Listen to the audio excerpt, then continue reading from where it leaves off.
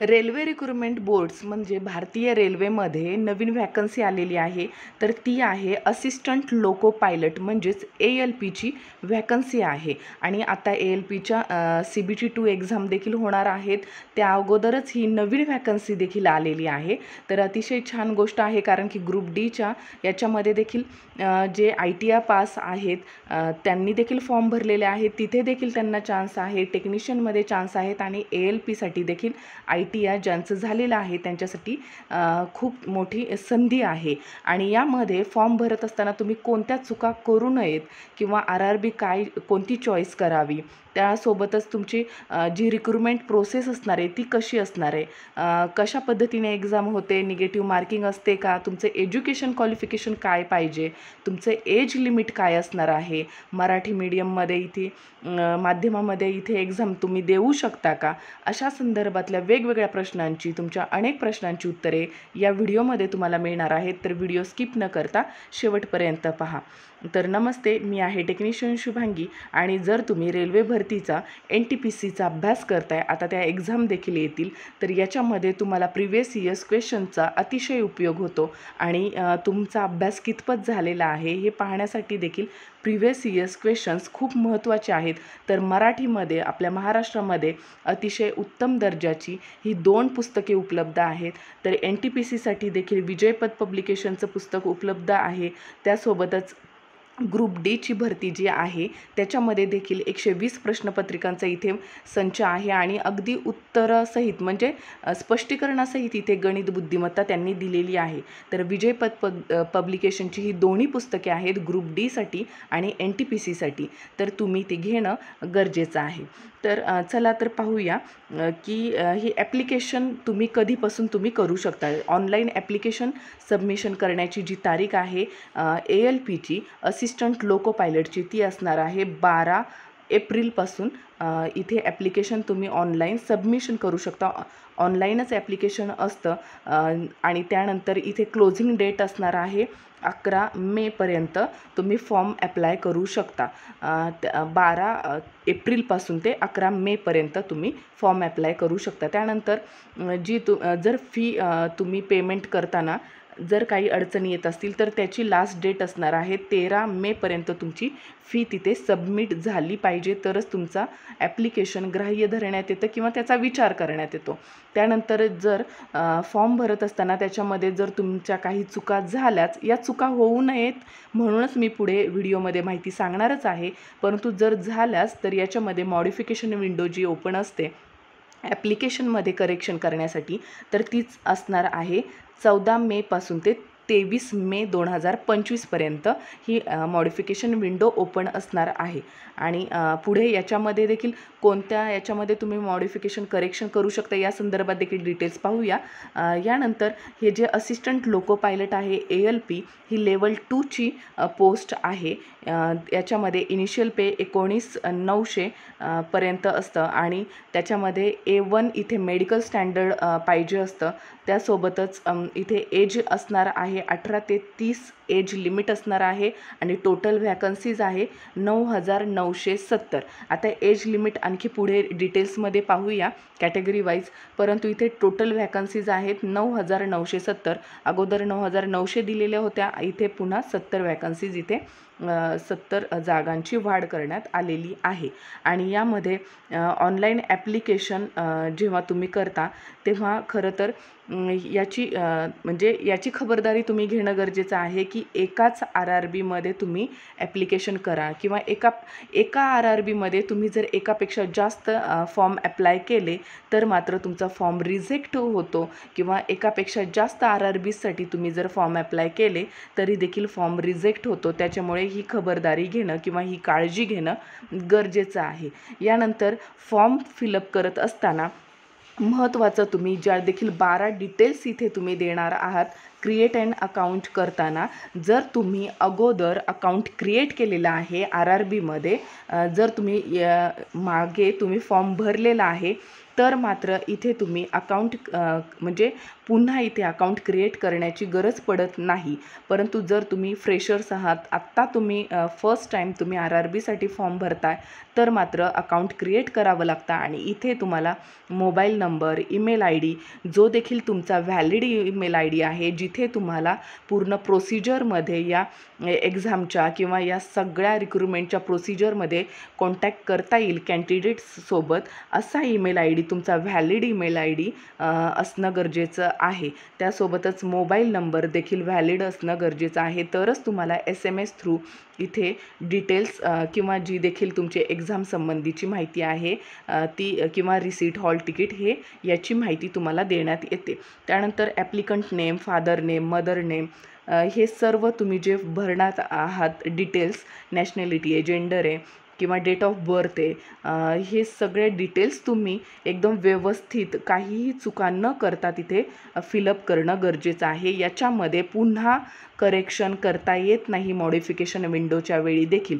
आणखी कशामध्ये, तर मॅट्रिक्युलेशन रोल नंबर जो आहे, तुम्ही जे 10वी पासचं किंवा ITIचा जो रोल नंबर आहे, सर्टिफिकेट सिरियल नंबर आहे किंवा सर्टिफिकेट डेट आहे, याच्यामध्ये देखील तुम्ही काहीही करून मॉडिफाय करता येत नाही कोणत्याही तुमच्या सर्कमस्टन्सेसमध्ये. म्हणजे काही झालं तरी याच्यामध्ये तुम्ही मॉडिफिकेशन करू शकत नाही. त्याच्यामुळे ही माहिती भरत असताना अतिशय काळजीपूर्वकच तुम्ही भरणं गरजेचं आहे. क्रिएट अन अकाउंट करताना जी देखील तुम्ही तिथे इन्फॉर्मेशन देणार आहात ती अतिशय काळजीपूर्वकच तिथे देणं गरजेचं आहे. आणि इथे जे देखील तुमचे आधार अपडेट आहे त्यासाठी अगोदरच आधार अपडेट करून घ्या. कारण की जर जुनं आधार कार्ड असेल, खूप वर्षांपूर्वी काढलेलं असेल, त्याच्यामध्ये 5-6 वर्षांचा, 10 वर्षांपूर्वी तुम्ही आधार कार्डचं अपडेट केलेलं असेल, तर पुन्हा एकदा आधार कार्ड आत्ता तुम्ही रिसेंट अपडेट करून घेणं गरजेचं आहे. कारण की त्याच्यावरचा तुमचा फोटो असेल किंवा जे बायोमेट्रिक तुमचं फिंगरप्रिंट्स असतील, डोळ्यांचं जे बायोमेट्रिक आहे, याची अपडेट तिथे रिसेंट आत्ताची तुमची तिथे येऊन जाते. त्याच्यामुळे आधार अपडेट करणं गरजेचं आहे.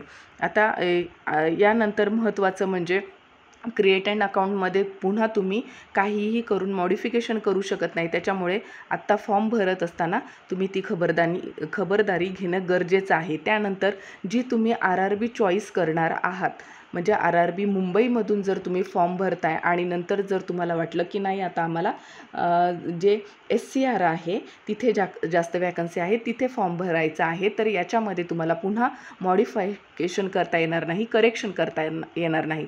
त्याच्यामुळे फॉर्म भरत असताना विचारपूर्वक तुम्ही RRB चॉईस केली पाहिजे. त्यानंतर मॉडिफिकेशनसाठी देखील 250 रुपये फी भरावी लागते आणि ती नॉन रिफंडेबल आहे. म्हणजे जी तुम्ही फॉर्म भरत असताना जी फी भरणार आहात, एक्झामिनेशनची फी, ती तुम्ही एक्झाम अटेम्प्ट केल्यानंतर तुमच्या अकाउंटमध्ये पुन्हा येऊन जाते. परंतु जी मॉडिफिकेशनसाठी तुम्ही फी भरता ती मात्र पुन्हा येत नाही. त्याच्यामुळे खरं तर ती वेळ येऊच देऊ नका. फॉर्म भरत असताना अतिशय काळजीपूर्वक व्यवस्थित माहिती घेऊनच फॉर्म भरा, म्हणजे जेणेकरून त्याच्यामध्ये काही चुका होणार नाहीत. त्यानंतर जे देखील तुम्ही फोटोग्राफ देणार आहात तो आत्ताचा 2 महिन्यांपूर्वी तुम्ही काढलेला असावा, जेणेकरून जास्त जुना म्हणजे काही त्याच्यामध्ये तुम्ही तुमचे फॉर्म भरत असताना काही फॉल्ट तुमचे निघलेच नाही पाहिजे, अशा काळजीने तुम्ही फॉर्म भरणं गरजेचं आहे. आणि फोटो काढत असताना जेव्हा तुम्ही आत्ता रिसेंटली फोटो काढताय किंवा 2 महिन्यापूर्वींचा आहे, तरी ते फोटो जास्तीचे ठेवा. एक 10-20 फोटो काढून ठेवा, जेणेकरून फॉर्म भरत असताना तुम्ही फोटो द्याल आणि पुन्हा तुम्हाला जेव्हा एक्झामसाठी बोलवण्यात येतं तेव्हा देखील तुम्हाला ते फोटोग्राफ सोबत घेऊन जावं लागतं. आणि मग तेव्हा तुम्ही म्हणाल की फॉर्म भरत असताना आमच्याकडे आम्ही वेगळा फोटो दिलेला, आत्ता वेगळा फोटो घेऊन जातोय. तर असं करण्यापेक्षा आत्ता जेव्हा तुम्ही फोटोग्राफ काढता तेव्हा जास्तीचे फोटो घेऊन ठेवा, जेणेकरून तुमच्या पूर्ण प्रोसिजरमध्ये, या रिक्रुटमेंटच्या पूर्ण प्रोसिजरमध्ये तुम्हाला कुठेही काहीही तुमचे फॉल्ट्स सापडू नयेत आणि तुम्हाला ते फोटोग्राफ्स तुमच्या सोबत असावेत नेहमी. त्यानंतर ज्यांनी फॉर्म भरत असताना ज्यांना फ्री ट्रॅव्हल फॅसिलिटी पाहिजे, मग ही कोणाला असते, जे SC किंवा ST कॅन्डिडेट आहे, ज्यांच्याकडे हे सेंट्रलाइज कास्ट सर्टिफिकेट आहे, त्यांनी फॉर्म भरत असतानाच त्यांनी याच्यामध्ये ऑनलाईन ॲप्लिकेशन करत असतानाच इथे तुम्ही कास्ट सर्टिफिकेट जे आहे डिटेल्स ते अपलोड केले पाहिजेत आणि तुम्हाला पाहिजे आहे फ्री ट्रॅव्हल पास फॅसिलिटी पाहिजे आहे, याच्यामध्ये तुम्ही येस केलं पाहिजे. कारण की जर तुम्ही फॉर्म भरत असतानाच तिथे सगळी माहिती दिली तरच तुम्हाला जेव्हा देखील एक्झामसाठी बोलवण्यात येतं किंवा ज्या देखील डॉक्युमेंट व्हेरिफिकेशनला मेडिकल टेस्टसाठी बोलवण्यात येतं तेव्हा तुम्हाला फ्री ट्रॅव्हल पास पाहिजे, फॅसिलिटी पाहिजे, तर तेव्हा तुम्हाला तिथे तो मिळून जातो. जर तुम्ही फॉर्म भरत असताना तिथे जर तुम्ही माहिती दिलेली नाही आहे तर मात्र तेव्हा तुम्हाला जेव्हा पुढील प्रोसिजरमध्ये तुम्हाला त्या फॅसिलिटीज मिळणार नाही आहेत. त्यानंतर जे देखील मेडिकल स्टँडर्ड आहे ALPसाठी, तर त्याच्यामध्ये महत्त्वाचं लक्षात घ्या, चष्मा इथे चालत नाही मेडिकल स्टँडर्डमध्ये, किंवा हँडिकॅप पर्सनसाठी देखील इथे वॅकन्सीज नसतात.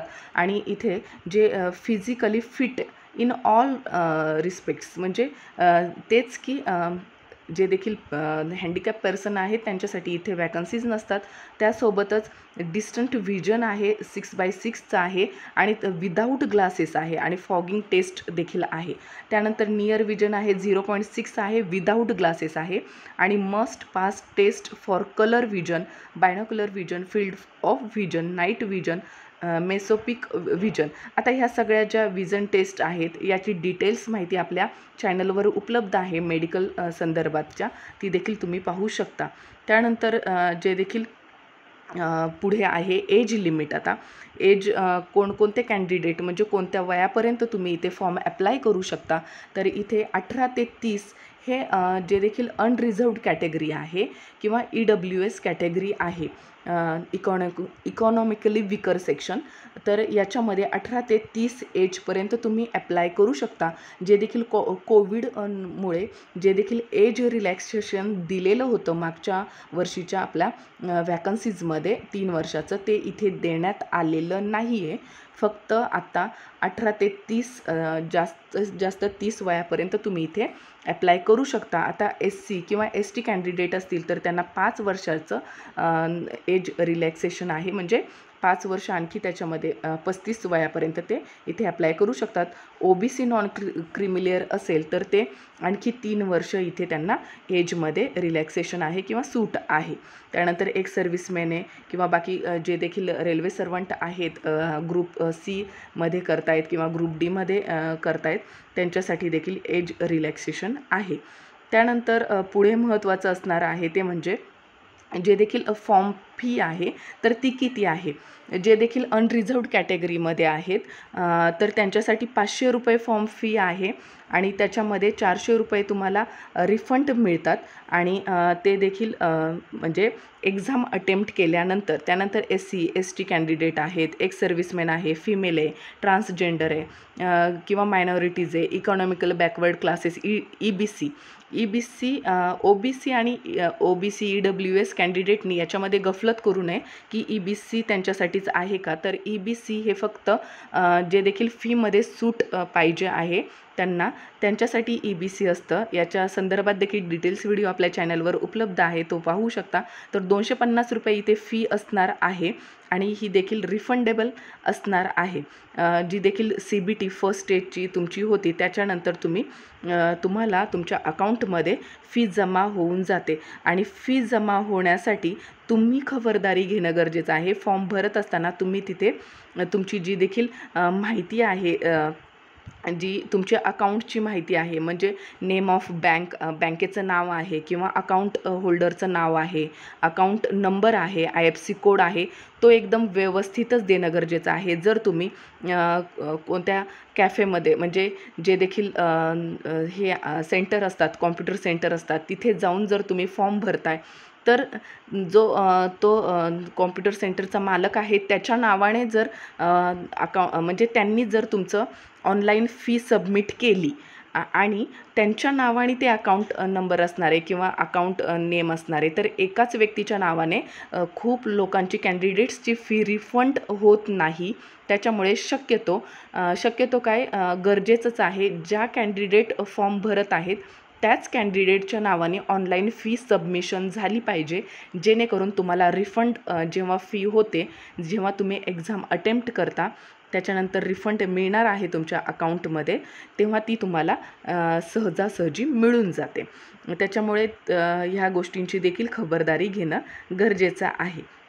यानंतर महत्त्वाचं असणार आहे ते म्हणजे जे देखील फॉर्म भरत असताना तुम्ही बाकीच्या ज्या तुमचे सर्टिफिकेट आहेत, मग तुमचं जे देखील याचं कास्ट सर्टिफिकेट आहे ते सेंट्रलाइजच असणं गरजेचं आहे.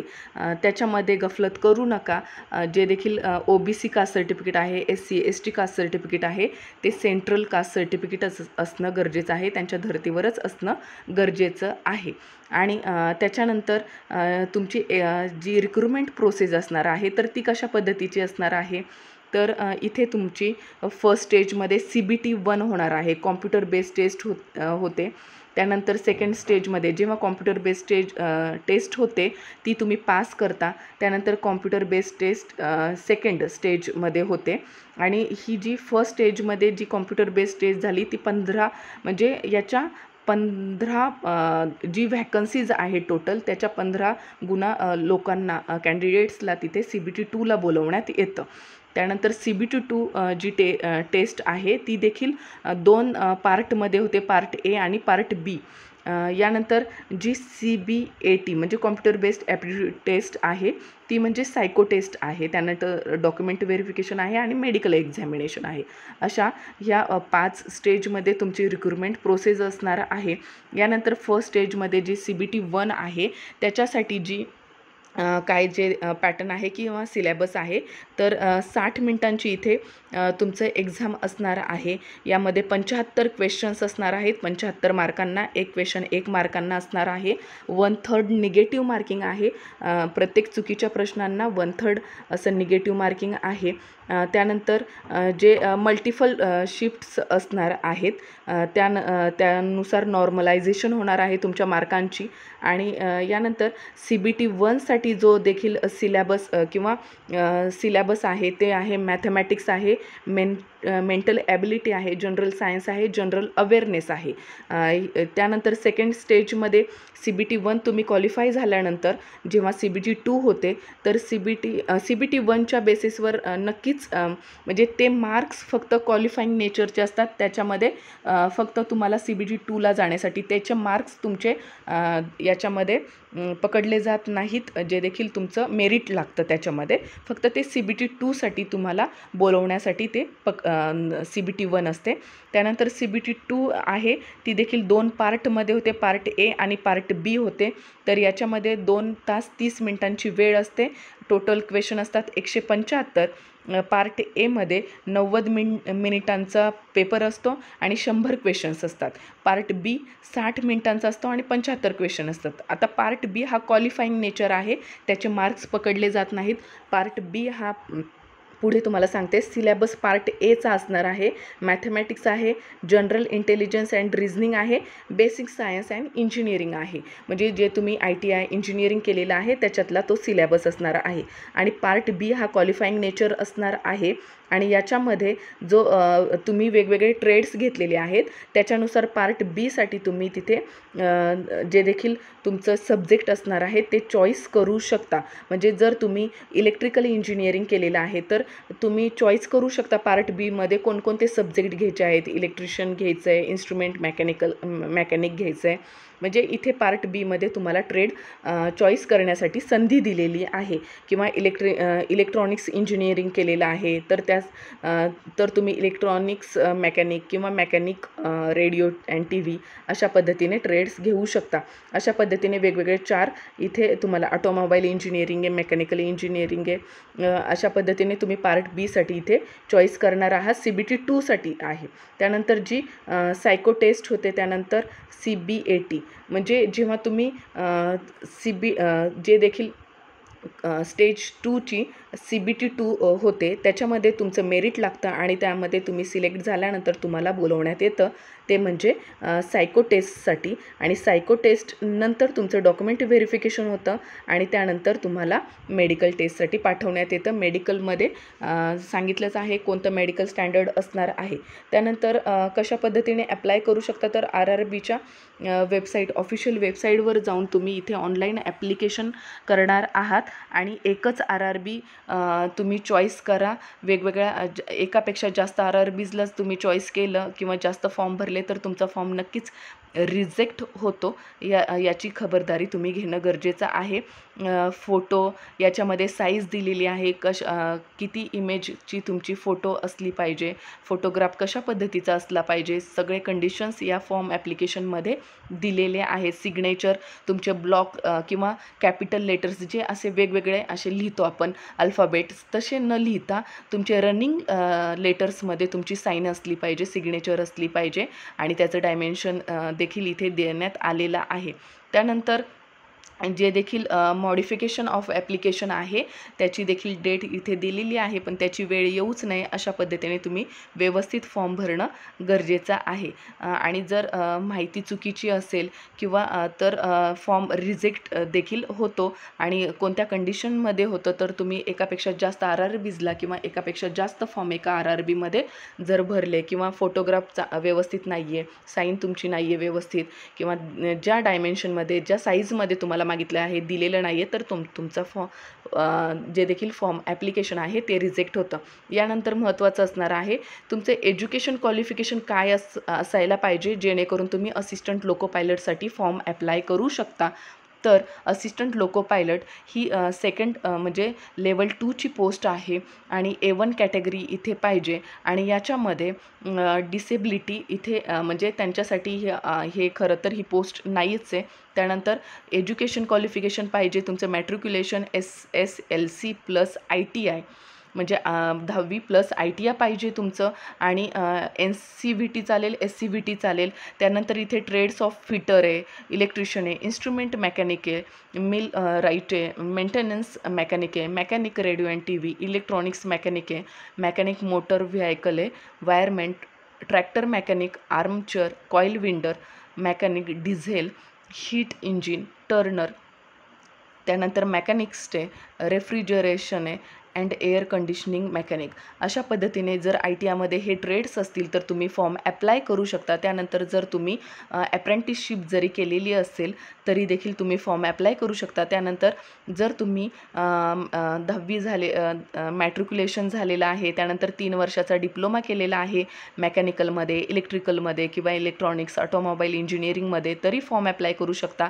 किंवा जर तुम्ही व्हेरियस स्ट्रीम्स घेऊन जर इंजिनिअरिंग केलेलं आहे म्हणजे BTech केलेला आहे तरी देखील तुम्ही इथे फॉर्म ॲप्लाय करू शकता. म्हणजे डिग्री इंजिनिअरिंगची चालेल आणि याच्यामध्ये तुम्ही फॉर्म ॲप्लाय करू शकता. इथे परफॉर्मा देखील दिलेले आहेत वेगवेगळ्या याच्यामध्ये. म्हणजे जर तुम्ही कास्ट सर्टिफिकेट अपलोड कोणत्या याच्यामध्ये तुम्हाला करायचं आहे, OBC NCL आहे किंवा SC ST कॅन्डिडेट आहेत, EWS आहे, याच्यामध्ये कशा पद्धतीने परफॉर्मा पाहिजे तर ते देखील तुम्हाला ॲप्लिकेशनच्या शेवटी पाहता येणार आहे. आणि यानंतर व्हॅकन्सीज जर तुम्ही म्हणाल तर मुंबईसाठी ज्या आहेत तर त्या टोटल व्हॅकन्सीज असणार आहे. सेंट्रल रेल्वेसाठी 376, वेस्टर्न रेल्वेसाठी 342 आणि SCRसाठी 22. पण सिकंदराबादमध्ये देखील जास्त व्हॅकन्सी आहेत, त्या 967 आहेत. अशा पद्धतीने इथे व्हॅकन्सीज दिलेल्या आहेत. अहमदाबादमध्ये 497 व्हॅकन्सीज आहेत. कुठे जास्त किंवा चेन्नईमध्ये देखील व्हॅकन्सीज आहेत 362 म्हणजे जास्त व्हॅकन्सीज आहेत. तर हे झोन आपल्या महाराष्ट्रातील मुलांसाठी या RRBज चांगल्या आहेत, जवळ आहेत. इथे तुम्ही फॉर्म ॲप्लाय करू शकता. तर आजचा हा व्हिडिओ तुम्हाला जर आवडला असेल तर नक्की लाईक शेअर करा आणि जास्तीत जास्त कॅन्डिडेटपर्यंत आपला व्हिडिओ शेअर करा. आणि चॅनलवर नवीन असेल तर प्लीज सबस्क्राईब करा. पुन्हा भेटूया अशाच महत्त्वपूर्ण माहितीसह. तोपर्यंत धन्यवाद.